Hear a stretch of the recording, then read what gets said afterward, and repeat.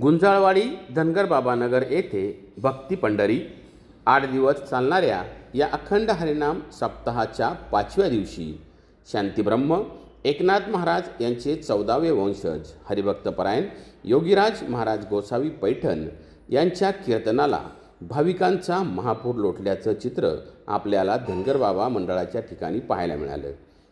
धनगरबाबा मंडळाच्या वतीने मंदिराला विद्युत रोषणाई करण्यात आली होती. रविवारपर्यंत हा नामयज्ञ सुरू राहणार असल्याचे आयोजकांनी सांगितले. दररोज काकडा आरती, पारायण, गाथाभजन, हरिपाठ, कीर्तन व त्यानंतर अन्नप्रसाद व त्यानंतर जागर असा भरगच्च कार्यक्रम नित्यनियमाने गेली 8 दिवस या ठिकाणी चालणार आहे. हरिभक्तपरायण गोसावी महाराज यांनी कपाळाला गंध का लावावा, कीर्तन म्हणजे काय त्याचा उलगडा करताना भाविकांना मंत्रमुग्ध केलं. धनगरबाबा मंडळाचेही महाराजांनी यावेळी 25वे वर्ष सादर करत असताना त्या मंडळाचेही तोंड भरून कौतुकही केले. ब्युरो रिपोर्ट, शिवनेरी संवाद.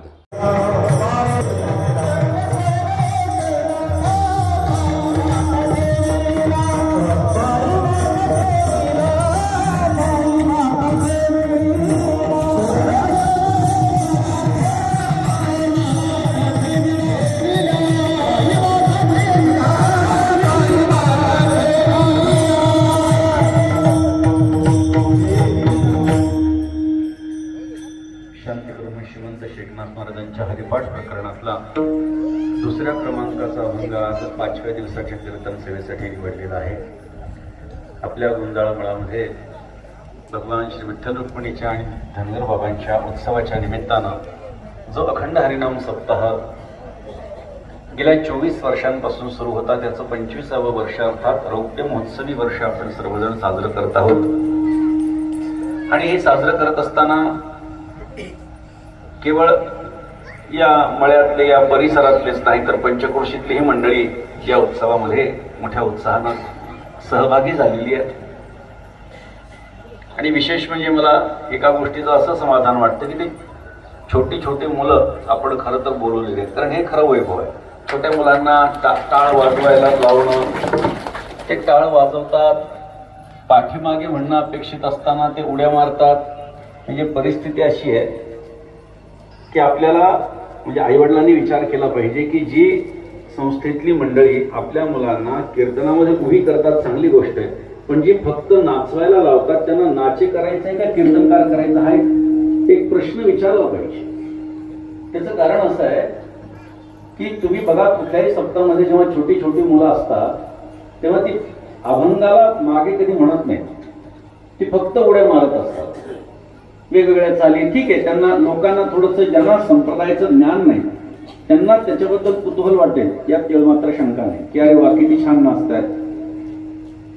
पण हे नाचणं अपेक्षित नाही. भजनावरती नामावरती नाचावं. आपल्याकडे पावल्यात ते नाचच आहे आणि तो पावल्यांवर किंवा संतांच्या भजनावर देवाच्या भजनावरती आपण नाचावं, नृत्य करावं. गाये नाचे उडे आपुलिया छंडे मनाचे आनंदे आवडीने, हे संतांची प्रमाण आपल्याला मान्य आहे. नृत्य करायचं नाही असा विषय नाही, मात्र ते करण्यामध्ये सुद्धा सात्विकता असली पाहिजे. त्याच्यामध्ये सुद्धा काय वेगवेगळ्या प्रकारचे अंगविक्षेप करताना आपण पाहतो मुलांना, ते मला या ठिकाणी दिसलं नाही. आणि प्रकर्षाने सर्व मोठी मंडळी या ठिकाणी आहेत आणि त्यामुळे एक भारदस्तपणा जो असतो तो कुठल्याही कार्यक्रमाला येत असतो. आणि आपला पुणे जिल्हा आहे आणि पुणे जिल्हा शिस्तीसाठी प्रसिद्ध आहे बरं का. आणि त्यामुळे आपली एक शिस्त या 25व्या वर्षाच्या कार्यक्रमामध्ये विशेषत्वानं दिसते.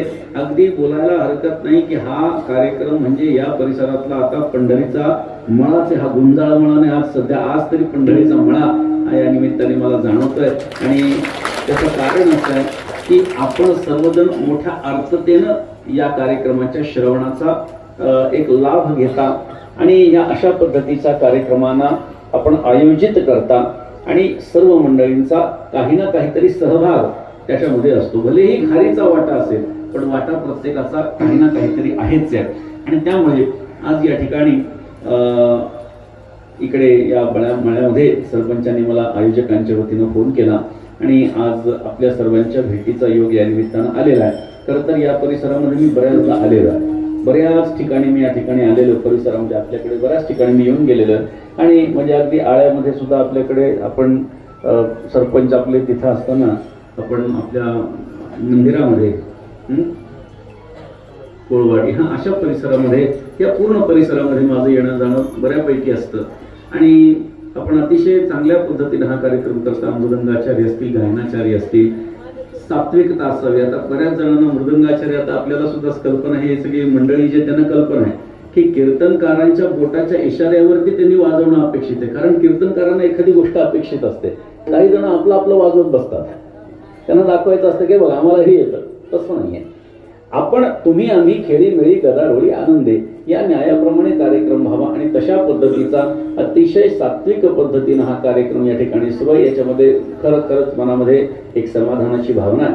आणि म्हणून आज कोणता अभंग घ्यावा तर अखंड हरिनाम सप्ताह आहे आणि त्यामुळे हरीच्या नामाचं महात्म्य हे व्यक्त व्हावं अशी अपेक्षा आहे.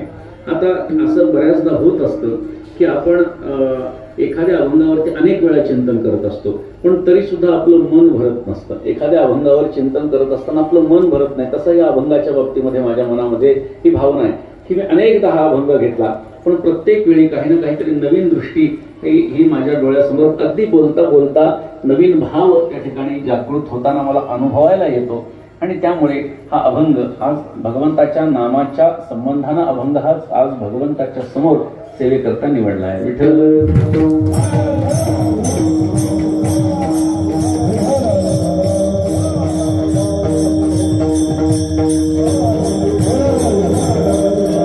हरिपाठातला हा अभंग आहे. हरिपाठ म्हणजे हरीचा पाठ. आज आपण जर बघितलं तर वारकरी संप्रदायामध्ये बऱ्याच जणांच्या गळ्यामध्ये माळा असतात, पण कपाळाला गोपीचंदनाचा टिळा नसतो. तर का अगदी सामान्य भूमिका जरा सांगतो, जरा बाह्य लक्षणाचा विचार मी आपल्याला सांगतो. बऱ्याच जणांच्या गळ्यामध्ये तुळशीच्या माळा असतात. आता सुद्धा बऱ्याच जणांनी माझ्याकडून आता तुळशीच्या माळा घालून घेतल्या. नंतर सुद्धा त्यांनी सांगितलं की आपण बोललात की नंतर सुद्धा काही जण घालणार आहे, ठीक आहे. परंतु माळ घालणं म्हणजे वारकरी होणं नाही. कपाळाला गोपीचंदनाचा टिळा लावणं म्हणजे वारकरी होणं नाही. हे बाह्य लक्षण जरूर आहे, पण हृदय कळवळा वैष्णवांच्या संबंधानं अंतःकरणामध्ये कळवळा निर्माण होणं हे अपेक्षित आहे.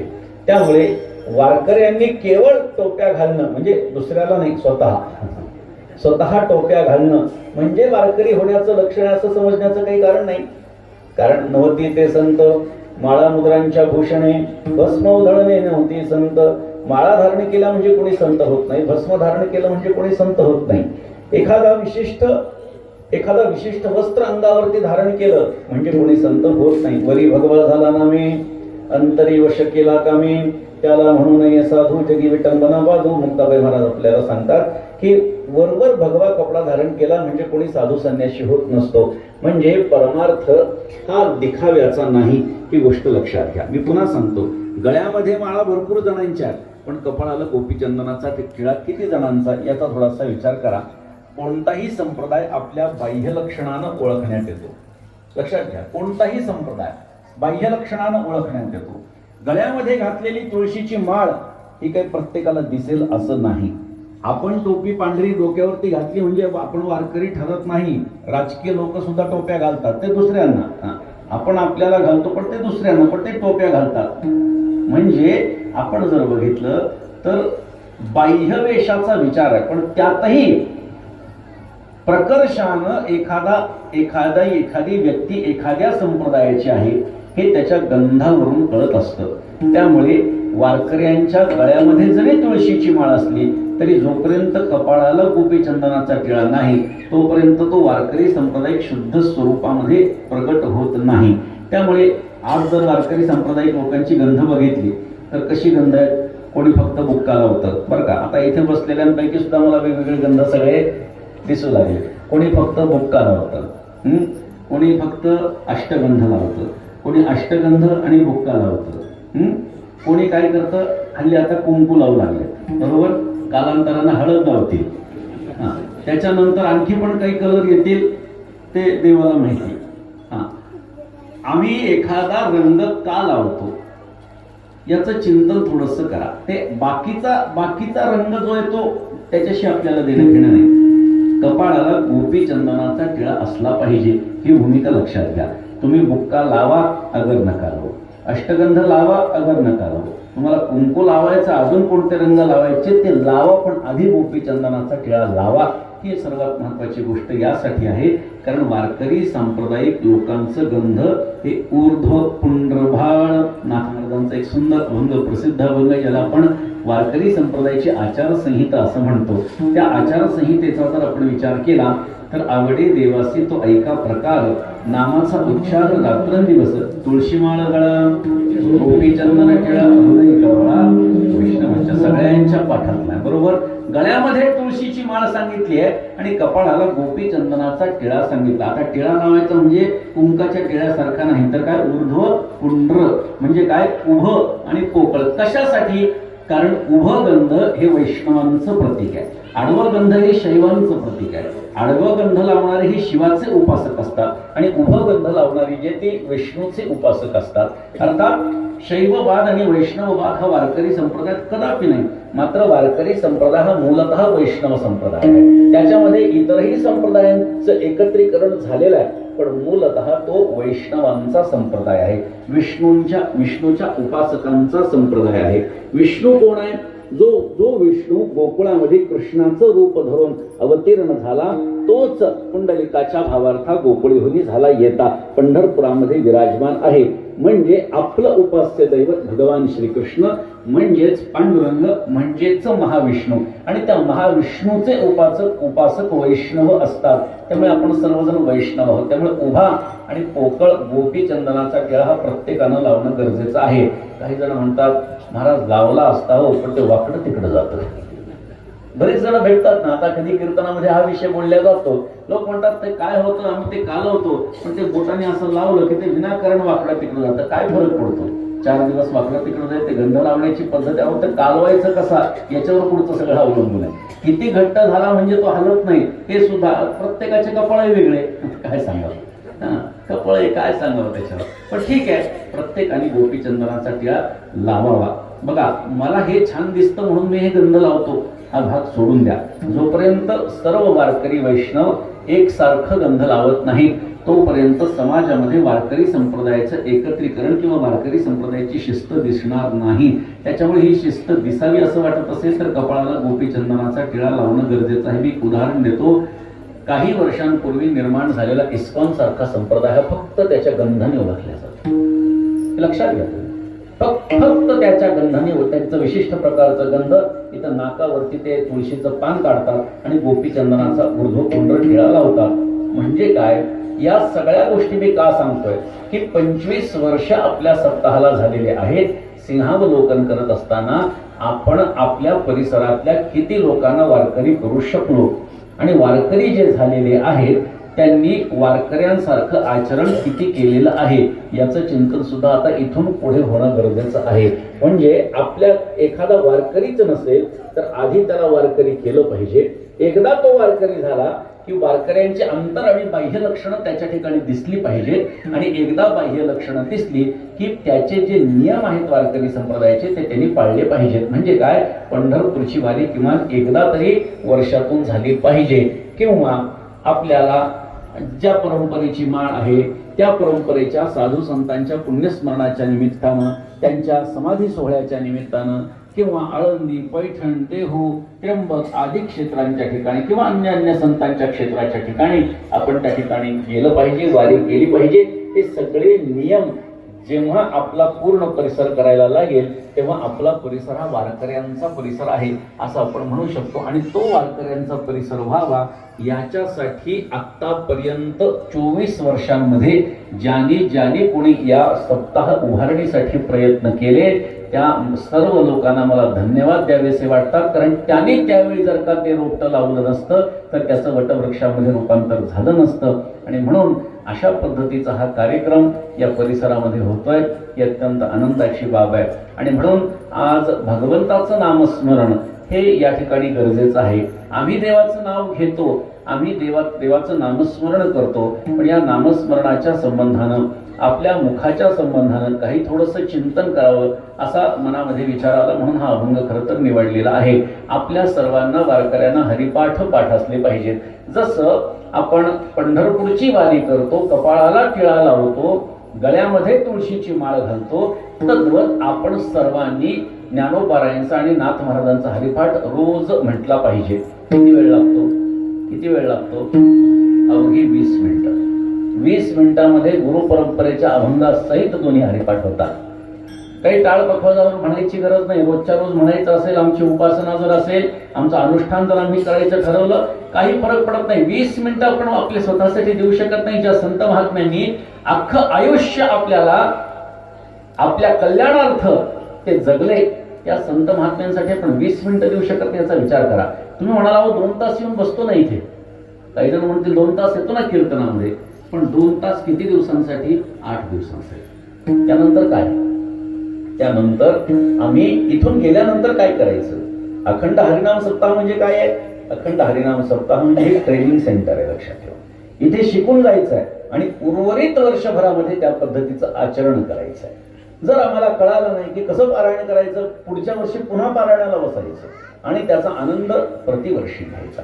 म्हणजे अशा पद्धतीनं तच्चिंतनम तत्कथनम अन्योन्यम तत्प्रबोधनम, अशा पद्धतीनं त्याच क्रिया आपल्याकडनं होणं गरजेचं आहे. तसं प्रत्येकाला, प्रत्येक वारकऱ्याला, मी टाळकऱ्यांना म्हणत नाही, प्रत्येक वारकऱ्याला ज्ञानोपारायणचा आणि एकनाथ महाराजांचा हरिपाठ पाठ असणं गरजेचं आहे. कधी कधी असं होतं की टाळकऱ्यांना सुद्धा हरिपाठ पाठ नसतो. मी आतापर्यंतचे अनुभव सांगतोय. कधी कधी टाळकऱ्यांना सुद्धा पाठ नसतो. का पाठ नसतो? तर मी निरीक्षण केलं की काय कारण आहे बरं, टाळकऱ्यांना सुद्धा का पाठ नसतो? त्याचं कारण असं असतं की चाल म्हणायची असणारी जी मंडळी आहे ती फक्त रागाची तयारी करतात. अगदी विथ ड्यू रिस्पेक्ट सगळ्यांना, मी कोणाला एखादा बोलत नाही, मी एकंदरीत सगळं बोलतोय की गायन करणारी जी मंडळी आहे त्यांचा रागदारीवरती मोठा विचार असतो. त्यामुळे त्यांना माहिती आहे की अभंग पाठ करायची गरज नाही. मोबाईल उघडला की अभंग. आता सोपं झालेलं आहे. पूर्वी पाठ करावं लागायचं, लिहून घ्यावं लागायचं. आता मोबाईलवर टाईप केलं की तो अभंग लगेच आपल्या डोळ्यासमोर येतो. मग त्याच्यामुळे काय झालं की पाठांतर हे दुर्लभ होत चाललंय. पूर्वीचा काळ असा होता, काही फड परंपरांमध्ये 2000 अभंग ज्याला येतात, ज्याला पाठ आहे, त्यालाच टाळ घेण्याचा आहे. वारकरी संप्रदाय काही फार साधा समजू नका. आजपर्यंत वारकरी संप्रदाय का टिकला? मी नेहमी सांगतो की वारकरी संप्रदाय हा तत्वनिष्ठ आहे म्हणून टिकला. तो व्यक्तिनिष्ठ असला असता तर टिकला नसता. तत्वनिष्ठ आहे आणि त्यामुळे ही तत्वनिष्ठताच वारकरी संप्रदायाला जागृत ठेवते. अनेक फड परंपरांमध्ये 2000 अभंग ज्यांना पाठ आहेत त्यांनी गळ्यात टाळ घ्यायचा असा नियम आहे. पण दुर्दैव असं आहे की कीर्तनकाराचेच 1000 पाठ नसतात. काय सांगावं तुम्हाला? कीर्तनकाराचे 1000 पाठ नसतात. कशामुळे टाळकऱ्यांकडनं अपेक्षा बाळगायची? पण ठीक आहे, माझी अशी अपेक्षा आहे की जे जे टाळकरी म्हणून उभे राहतात त्या सगळ्यांचे किमान 2 हरिपाठ पाठ असावे. किमान 2 हरिपाठ. काही फरक पडत नाही.